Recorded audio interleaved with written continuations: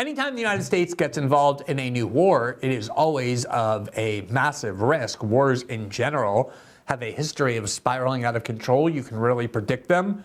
And the history of getting involved, either as a funder of the war or using it as a proxy, is that oftentimes the original mission, as limited as it's intended to be, has a way of spiraling far beyond the original vision. And exactly that is what's happening with the war in Ukraine, the one that is now basically a war between the United States and NATO on one side and Russia on the other, using Ukraine as their playground and their battlefield. And the problem from the start has always been this lingering question, which is, what possible interest do American citizens have in getting involved in a border war between Russia and Ukraine? The demands of Russia before the war were that Ukraine has to agree not to join NATO. They have to be a neutral country, kind of a buffer between the West, which keeps expanding eastward toward Russia, and Russia itself. And that the US has to, along with NATO, cease military operations and other political influence campaigns inside Ukraine, that it would be a neutral country, neither pro-Russian nor pro-Western in terms of its alliances. Since 2014, when the United States backed a successful coup that removed the elected president of Ukraine, Russia has also annexed Crimea, which is full of almost entirely people who identify as Russian. They're Russian-speaking, they're ethnic Russians. Their loyalty is to Moscow and not to Kiev. And they have also done the most that they could to protect the Russian ethnic-speaking people who dominate the eastern provinces of Ukraine, which has been waging a war of separation or a civil war against the government in Kiev since 2014. Now, the question from all of this has always been, if you're an American citizen, what possible interest do you have in whether Zelensky or Putin governs Crimea, and whether the people of Crimea want to be governed by Russia or by Ukraine? And what possible interest is it of American citizens to fight a war over who governs various provinces in the eastern part of Ukraine, where, again, most of the people in that part of Ukraine have far more connection and identification with being Russian than they do with being Ukrainian, and being loyal to Moscow than they do to Kiev. But there was this fairy tale sold, as usual, the same fairy tale that gets sold for every American war, that we are the leaders of the free world. And as a result, our obligation is to go and protect democracy against the advance of totalitarianism wherever it may emerge. And we were there benevolently to protect Ukrainian democracy from Russian aggression. Now, we have spent many, many shows over the last 2 years documenting and demonstrating why that propaganda is, on multiple levels, blatantly false. And I'm not going to repeat any of that tonight, but I do want to emphasize that also since the beginning, in addition to deconstructing the propaganda, what has really motivated our coverage has been a concern about what is obviously a proxy war between the countries that have the two largest nuclear stockpiles on the planet. And even though there is no more Soviet Union, the Russians have full control over that nuclear arsenal. And it is all based on archaic Cold War systems where each country has thousands of intercontinental ballistic missiles, nuclear-tipped missiles, aimed at one another's major cities. And there are all sorts of ways with Russian nuclear submarines lurking off the coast of Cuba, or with US missiles stationed in Eastern Europe, to launch nuclear weapons through misperception or miscommunication, or intentionally, in a way that would give the world maybe 5 minutes to try and save itself, at the same time that Russiagate and all of the hoaxes surrounding it have made contact between Washington and Moscow almost non-existent, far less so than during the Cold War. Now, that has always been the twofold concern. It's of no interest to the American public. The only people who benefit are arms dealers and the US intelligence community and Ukrainian oligarchs and corrupt Ukrainian government officials. And the risk of real danger, escalation between the US and Russia, which always brings with it the risk of nuclear war. Now, as serious as those dangers have been from the beginning, they have gotten much worse over the last several months. in part because of Joe Biden's announcement that he was lifting a very important restriction, namely the restriction that had been in place since the beginning of the war, that the weapons the United States was providing to Ukraine could not be used to attack Russian soil inside Russian territory. And we have now lifted that restriction, and we told the Ukrainians, you're free to use our weapons, including to attack on the other side of the border, if doing so is necessary for military ends. But something far worse from a perspective of escalation took place over this weekend. Here you see the reaction of the Russian embassy. I believe this is it's in the UK. And here's what they report. Remember, this is the Russian perspective, so it doesn't mean that you should take everything in this as true. The point here is to understand what the Russians are thinking, saying, and doing, to understand the gravity of the risks. Quote, 5 people, including 3 children, were killed and 124 civilians were injured as a result of the Ukrainian armed forces attack on Sevastopol. That's inside Crimea. According to the Russian Defense Ministry, today at 12:15, a terrorist missile strike by 5 U.S.-made ATACMS operational tactical missiles equipped by cluster warheads was deliberately delivered to the site. The American specialists input all flight task in the U.S.-made ATACMS operational tactical missiles on the basis of data of the U.S. satellite reconnaissance. That is why Washington is mostly responsible for the deliberate airstrike at peaceful residents by delivering this weaponry to Ukraine, as well as the Kiev regime from the territory of which the strike was launched. They go on, quote, such actions are not going to be left unanswered. The video shows the moment of the attack. And then here's the video. There's the beach on Sevastopol, which is commonly used it's used as a beach, the same way beaches in any other country are, by civilians. It's a popular site for people in that area to go and sunbathe and take their kids to play on the beach. And here's what happened in an attack that the Russians are blaming the Americans for having launched.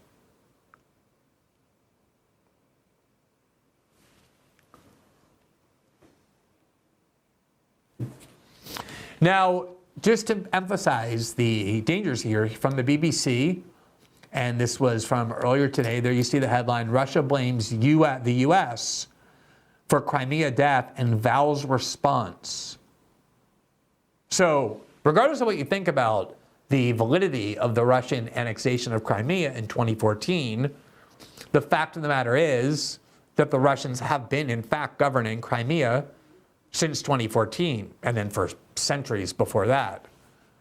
And the people in Crimea, everyone acknowledges, want to be part of Russia and not part of Ukraine. That is the sovereign desire of the people who live there, which was the rationale we used to justify why Kosovo should be broken off from Serbia in the war in the Balkans in the 1990s by saying, oh, look, the people in Kosovo have no allegiance to Belgrade. They want to be a separate, independent country, and we recognize them as such. And Putin at the time warned that is a very dangerous precedent because of how Europe is constructed. All sorts of countries have provinces and parts shoved into them who don't identify with that country, but instead identify with other countries, including Russia. And if that's the precedent, namely that the people of a certain province like Kosovo can break off and declare themselves independent simply because the majority of residents want to, he warned that a lot of Europe would end up being mapped a very different way.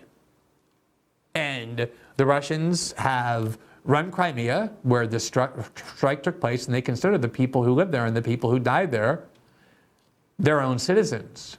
And so, of course, when they see the United States playing a major role in an attack on what they regard as Russian soil that killed what they regard as Russian citizens, of course they're going to respond the way we would if Russia or China or anybody else launched missiles or played a major role in an attack on what we regarded as American soil. Here the BBC says, quote, Russia's defense ministry said the missiles used by Ukraine were U.S.-supplied ATACMS missiles and claimed they were programmed by U.S. specialists.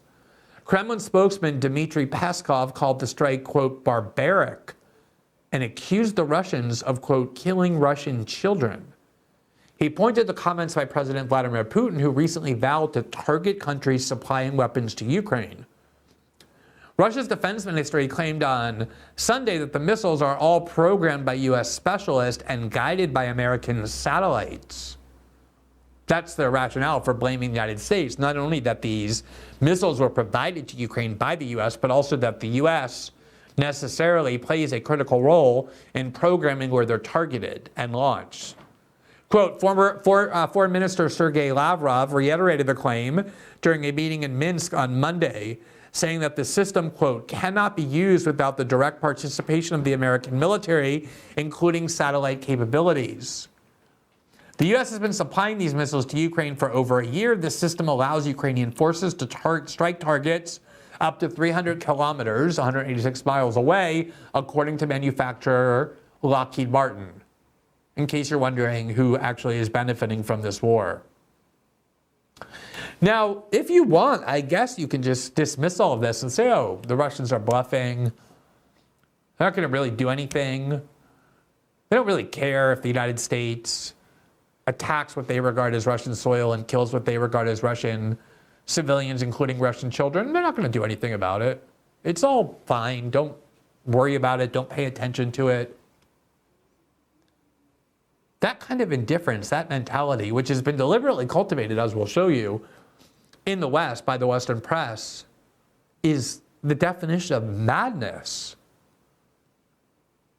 If you don't think that the risk of nuclear annihilation, once the two countries with the largest stockpiles are engaged in a conflict of this kind, then you either know nothing about the nuclear systems that each country has in place and the doctrines that govern their use, or you're so obsessed with hatred for Russia because you believe that they are the ones who caused the defeat of Hillary Clinton, or for whatever other reason that hatred is blinding you to the risks that are very, very real and obviously very consequential. Now, if you think this is hyperbole, I just want to show you what Joe Biden himself said in October of 2022, almost 2 years ago, a little under 2 years ago, about the Ukraine war. Remember, the war in which he decided to involve the United States. This was Biden's own statement. Quote, Biden says the nuclear risk is the highest since the 1962 Cuban Missile Crisis. If we could put the BBC article, the headline on the screen so people can read it. There you see Russia, that's not it. All right, we'll get that up on the screen for you.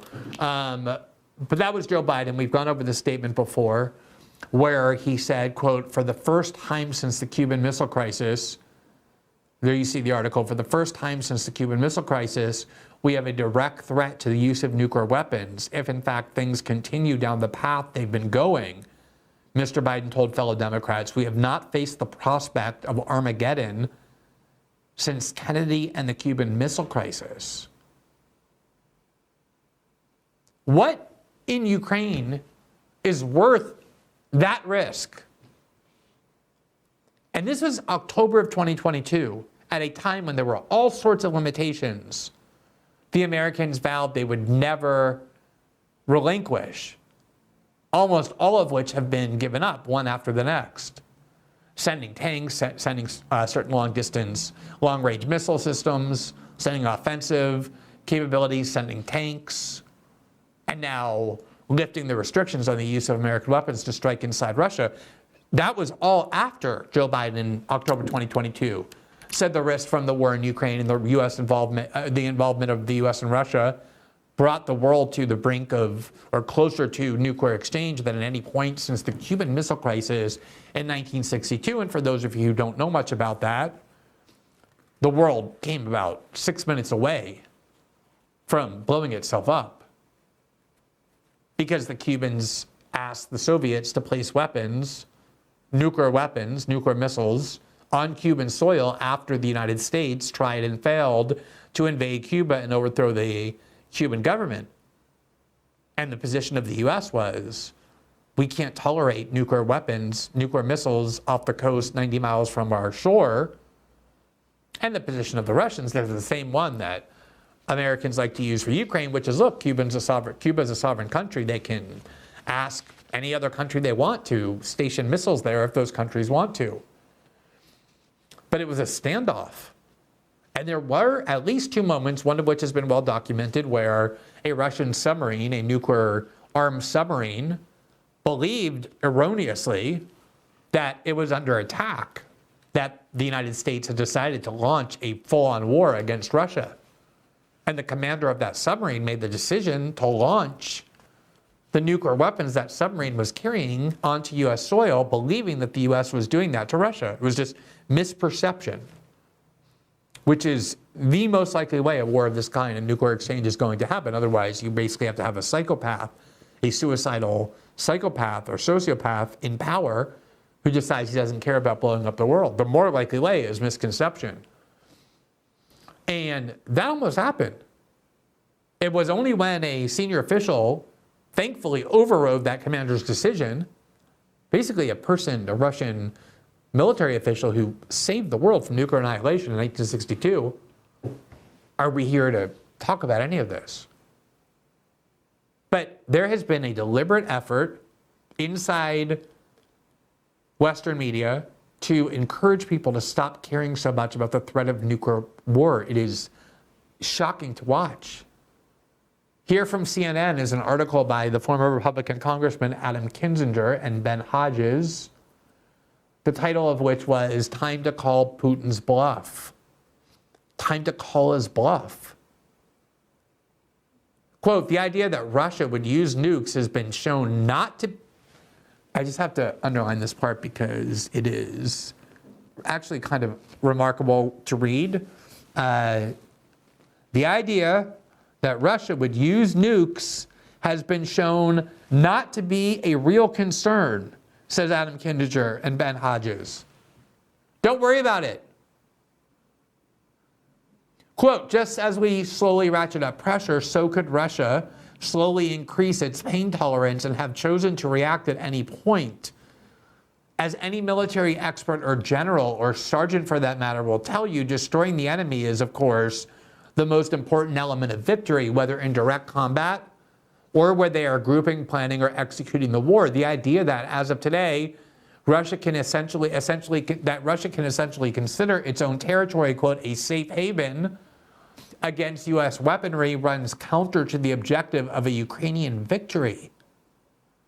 What they're saying is full Ukrainian victory, which they have defined as the expulsion of every Russian troop from every inch of Ukrainian soil, including Crimea,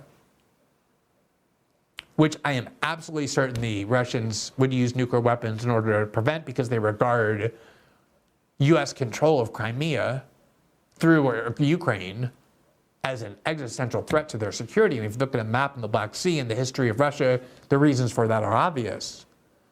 But what these maniacs, and they are absolute maniacs, are trying to convince you is that the goal of victory in Ukraine, absolute total victory, which we are farther away than ever, is so paramount that you shouldn't worry about the possibility of nuclear war because the war itself is so worth it to win. Here in the Atlantic, Ann Applebaum, a standard neocon who is responsible for every deranged and grotesque and destructive foreign policy of the United States over the last 25 years, one of the people advocating every one of those destructive wars, yet of course maintains her standing in mainstream corporate media. This is what she said in the Atlantic in 2022. And by the way, her husband is a Polish official. I believe he was the former prime minister of Poland or the deputy prime minister.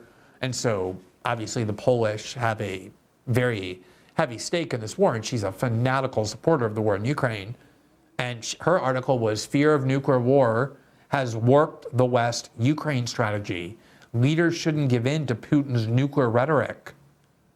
Again, ignore the risk of nuclear weapons. Quote, our self-imposed limitations may well have encouraged Putin to believe that American support for Ukraine is limited and will soon end. Our insistence that Ukraine not harm Russia or Russians in its own defense might explain why he keeps fighting. Perhaps our nuclear anxiety actually encourages him to carry out non-nuclear mass atrocities. He does so because he believes he will not face consequences because we will not escalate. Given the growing popularity of the word restraint, we must consider how that concept might not only prolong the war, but lead to a nuclear catastrophe. What if calls for peace actually reinforce Putin's deep belief, one he has expressed many times, that the West is weak and degenerate? The less fear we show, the more Putin himself will be afraid. The game these people are playing is absolute madness. And I know that it has become normalized, this rhetoric, and so it might not strike us as insane and sick and dangerous as it should, but it is all of those things, no matter how accustomed you become to hearing it. One of the things I've been doing over this past several weeks is going through the Richard Nixon Presidential Library Foundation, which has a page on YouTube with some of his most important speeches and interviews, including interviews he gave in his post-presidential period after he resigned the presidency in 1974 due to the Watergate scandal.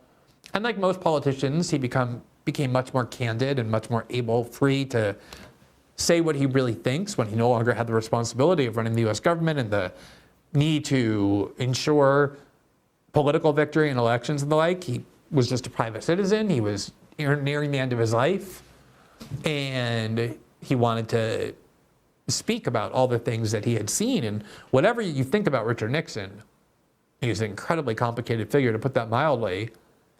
He was really at the center of almost every major 20th century event that drove post-World War II history in the latter half of the 20th century, starting when he was a vehemently anti-communist congressman from California who was aligned with Joseph McCarthy, and then he became the vice president at quite a young age for the entire administration of Dwight Eisenhower.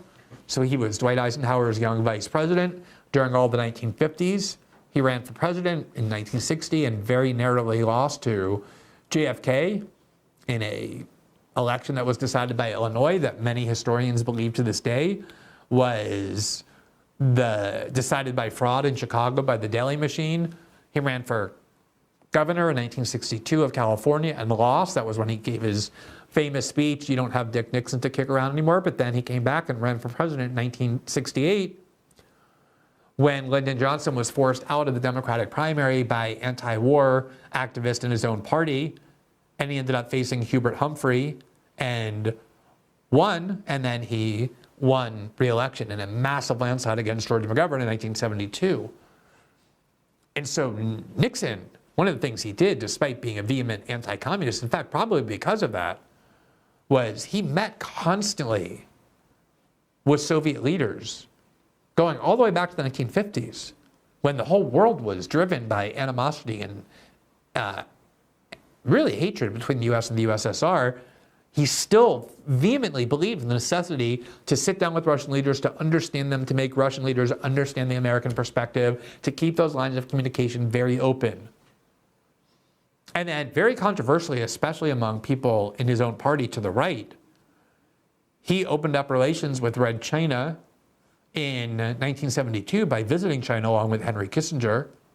And that was what opened the relationship between the United States and China that endures to this day. And there's a part of this interview where he explains in really interesting ways why he did that, but really prescient ways as well. But I want to show you the part of the interview where he talks about why he thought it was so important for the United States and Russia to, even when we had irreconcilable ideological differences between capitalism and communism, and all the things each side thought about the other, to keep these lines of communication constantly open, to have personal relationships between American leaders and Soviet leaders. Here's what he said. And so under the circumstances then, Sputnik meant that we were moving into the missile age. Yeah. where you wouldn't have any warning time, maybe 30 minutes before any kind of a war could come about. So I would say that what Sputnik meant is that it made even more vital the necessity of having very close communication, the hotline, everything else, between the two superpowers, even though they totally dislike each other, they totally disagree, because you're not going to have the time to have long conversations and so forth prior to a confrontation that could lead to war. Right. It means that we must have a great sense of urgency about that situation today. Seems to me that it's even intensified now, Mr. President, by the new generation of missiles, which, if I understand it correctly, can hit the Soviet Union within 8 minutes, and they're putting ones in that can hit us within eight minutes. I don't know what you can do in 8 minutes. It seems to me that time has run out almost. The Pershing missiles, for example, that will be in Europe can hit the Soviet Union in 8 minutes. Yeah.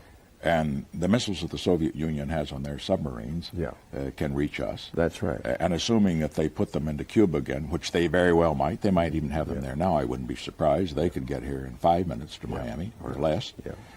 So under the circumstances, it does indicate the urgency of having maximum contact to avoid the possibility of war by miscalculation. That's right, because one little one button pushed by some sergeant someplace could set the whole thing off. In 1 second, I just want to get a little bit.